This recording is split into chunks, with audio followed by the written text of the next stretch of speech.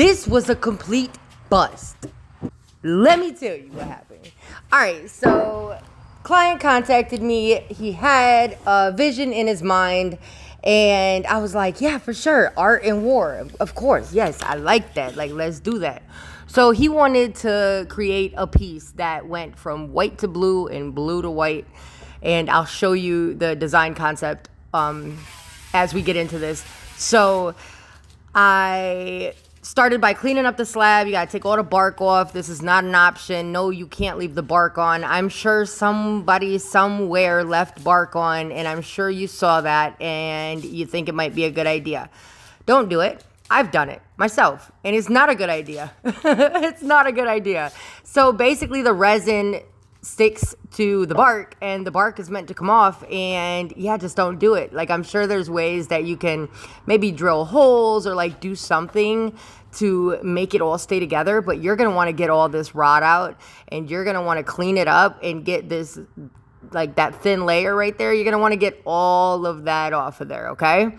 Now, let me tell you what happened. I had to cut off the river and re-pour it and make a whole new live edge. All right, so like I said, he wanted half blue, half white, and then the opposite on the backside, okay? So that is what we did. If you are interested in the colors, this is my white pigment, and that blue is from Eye Candy Pigments. Here's your promo code. All right, so I totally forgot to film the part making the waves and all of that stuff. So basically, he wanted white waves over the blue and blue waves over the white. I used a different resin. I used Stone Coat Countertop's Deep Pour Epoxy, and I've used their art and their countertop resin, and I really, really liked it. So I had high hopes for the Deep Pour. Man, this stuff, I poured about 1 inch over top of my already river, and holy crap, dude. I had to cut this whole thing out. It got so hot, it warped and curled up onto itself. I'm not even kidding. Like, what the heck? So I cut half of the river out, not even the whole side, just where, right there. You see that? Now I'm going to just take that little piece off and chisel away this resin. And then I'm going to have to remake a live edge. And then I'm going to re-pour with Promise Epoxy. So I like Stone Coat. I like their countertop resin, but I promise I'm never going to use the Deep Pour again. Look at all that. So at first I tried to just pour blue down here, and I'm like, okay, I can just make it. No, sis. I don't know. Like, my shop was not hot. I always keep it a little bit cooler when I'm doing my deep pour. So I got the live edge done. I shaped everything out, and now I'm gonna get another frame around this. And all the sides were taped already, but I always like to tape the corners, and this is gonna stop. That's like insurance for your pour. Like, that's a corner right there where resin can seep out of, and we don't want that to happen. All right, so everything is caulked up. And now we're just getting it over this piece. And I am going to re-pour this whole side right here. But this time, like I said, I am using Promise Epoxy. All right, so here goes the blue. This is really disappointing. Like, I don't want to say something bad about that company. I like that company. It's just, I don't know. Like, the deep pour resin shouldn't be poured 1 inch thick, I guess. I am unsure. But I know damn well I'm going to fix it, and I'm not letting this $320 slab go to waste. All right, so now I'm going to get the white, and let's get all the rocks in here, all of the ammunition shells, and then we're going to go ahead and do the waves. Have you guys ever had this happen to you? Like I said, I've had exothermic reactions. I've just never had them like that. Like, I've never had to cut a river apart, ever. Like, I've had some shit flash cure, but it's never done that. Like, that's crazy.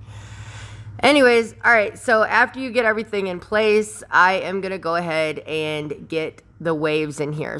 All right, so what I do is I put a coat of clear resin down anytime I do waves. and then I'll do the waves on top of that clear resin. And I'm actually using Stone Coat Countertops countertop resin. I really like their stuff. I don't know, just not the deep pour, I guess. So get this all down, and then I'm gonna take my finger or a shell casing, and I am going to just make sure that it is flush all the way around. And in that, I mean, make sure there's a small layer of resin and no surface tension, so that way the waves can move around freely. All right, so I'm using Sweeko Blue from Eye Candy. It's one of their pigment pastes for the waves. And whenever I do waves, I like using either a dye or a paste. And the reason is because you get this like chemical reaction and it causes cells and lacing and things like that. For the white, I am using my cell kit. So even when I use the Sweeko Blue, if you saw me spray that stuff, that is my cell magic. So that right there. So you make your wave and then you spray the cell magic, and that creates the lacing and the cells and all of those things. So as you can see, I'm only putting down a little bit of white and then I'm blowing it out. And that's because I don't want it to sink too far into the resin. Even though it's a super, super thin layer, I just don't want it to sink down too far, because what that's gonna do is it's not gonna allow it to blow out the way that it would otherwise. All right, so now I'm using Promise Epoxy Deep Pour, and I actually did this in 2 pours, wait 72 hours, and then demold it. So once this happened, I was like super skeptical. I'm like, am I in over my head? Should I just restart this whole piece? Like, what do I do? But I went for it, and I'm so happy with the way this turned out. After you demold it, you're gonna wanna flatten everything out. And I do this with my router and my router sled. So if you don't know how to flatten slabs or tables or anything, I'm gonna link the video up in the top right hand corner, and that'll show you the video to watch after this. So then you're gonna sand, and for finishing sanding, I go up to 220 grit when I'm doing an epoxy finish, and then I wipe all the dust off with 91% isopropyl alcohol. I'm actually working on a new flood coat video, how to get a perfect epoxy finish, and an e-course. So yeah, stay tuned for that. Once I get everything in my plastic coffin, I go over it again with alcohol just to be sure that all my oily and dusty fingerprints are off of this piece. And then I start the finishing process. And this is a seal coat. So the formula for seal coats is 1 ounce per square foot. And what you're gonna do is you're gonna put this on super, super thin. And basically what this does is seals up the wood, so that way when you do a flood coat, none of the air from the wood goes up into the flood coat. So yeah, this is after the first seal coat. And then we're gonna do another seal coat. I did 2. And the same thing here, 1 ounce per square foot. Make sure you get your edges and everything really, really good. And then we're gonna go ahead and make sure there's no holes coming through here. So basically like this right here. So there was a little hole in the wood, and before I do my flood coat, I'm gonna wanna seal that up because it's gonna cause bubbles in my flood coat.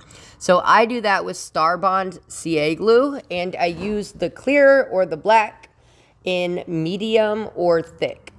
And now we're gonna do the flood coat, and this is 3 ounces per square foot, and it is our job. I'm gonna mix it up just a little bit and make sure nothing goes over the edges, and it's our job to spread this over the entire piece. So a lot of people get really confused on what a flood coat is and how to actually do it. I use an adhesive spreader, and then I go through and I pop all the bubbles. You make sure your edges are nice and smooth. And this is the finished piece. My delivery driver actually came right as I was getting the legs on this piece, and I never got a freaking finished video. So this is about as good as it gets. Let's put the legs on here, and like as soon as I flipped it back over, my delivery driver came. So these are the legs that we're using. This piece turned out really, really, really freaking cool. Like I said, I was super freaking skeptical if I was in over my head, and I have more Stone Coat Deep Pour. I can't bring myself to use it. I actually used it in a chessboard in about a 3/4 inch pour by probably 6 inches, and it did the same thing. So like, I don't know, I'm scared to use it. All right, so I always add threaded inserts, and this is gonna allow, if this ever has to be moved or anything, you don't have to screw and unscrew into this piece and then compromise the integrity of the piece. So I always like to do this for my clients. All right, this is wrapping it up. This is the finished piece. What do you guys think? And has this ever happened to you with resin? I can't be the only one. All right, you guys, follow if you want to see more content like this.